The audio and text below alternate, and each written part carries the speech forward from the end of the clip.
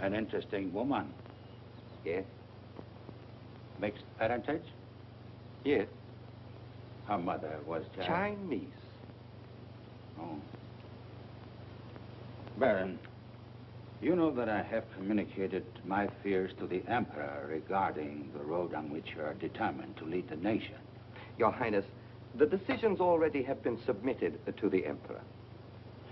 Your great influence, Baron, could still check the militarists. I am but an old man whose voice no longer carries its authority. But you are among the most highly esteemed in my cabinet, Your Highness. Esteemed. Esteemed as a liberal screen. I'm the scroll of the poet behind which samurai swords are being sharpened. Without armed strength, we will perish. That is my view. Those views will lead Japan to disaster. We see the problem differently. That is true. To uphold my beliefs, I would die with honor. You, Baron Tanaka, will die only to erase your dishonor.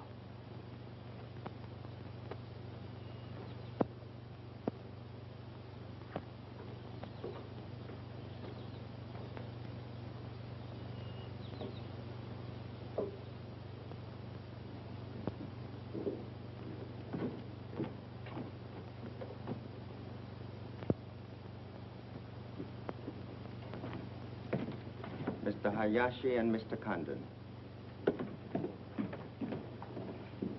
It is a pleasure to see you again, Mr. Condon. Colonel Tojo of the Imperial Army. And you know Major Kajioka, Imperial Secret Police. Mr. Nicholas Condon. Please sit down. Thank you for coming to my home. It is more agreeable than meeting at the office. Here, we are not bothered with the newspaper men. Your front page story yesterday, Mr. Condon, was somewhat embarrassing. Can't please everybody. Of course.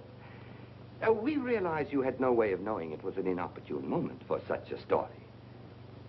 Bluntly, Mr. Condon, certain liberal subversive factions within our own country are seeking to create an incident to weaken the present government. They are responsible for the malicious rumor which you have regrettably printed.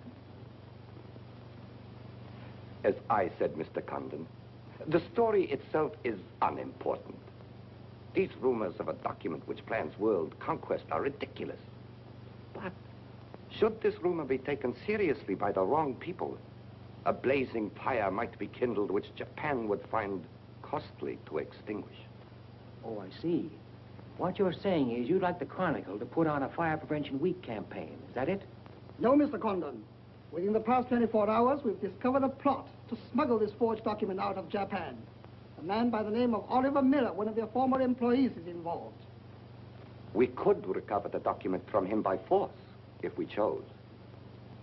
We would prefer that you persuade him to return it to us.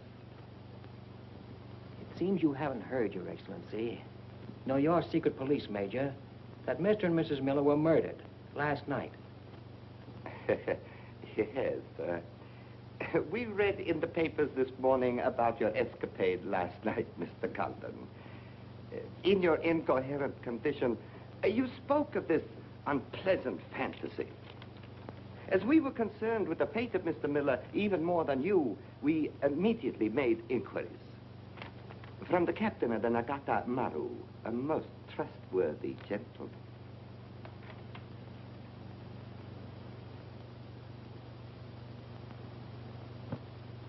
Isn't it clear to you now? Mm-hmm. Perfectly clear. In every detail, Mr. Condon. Murder is an ugly and dishonorable act, and to prove it, someone must be accused. Bodies must be produced. No, Mr. Condon. To approach this problem that way would only lead you to many difficulties. But if you send Mr. Miller a radiogram, I am sure he will return the document to us through you. Everyone would be enormously relieved, and you would greatly profit. We will all live to laugh at the strange hallucination which you experienced last night. See.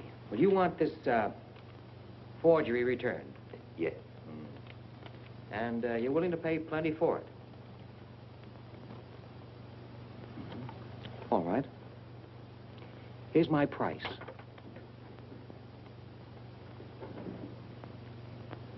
When the United States Embassy is informed that the murderers of Ollie Miller and his wife, I mean the real murderers, Oshman Hijikata, not a couple of sacrificial monkeys, are brought to trial and convicted, then, and only then, the thing that you're looking for may turn up.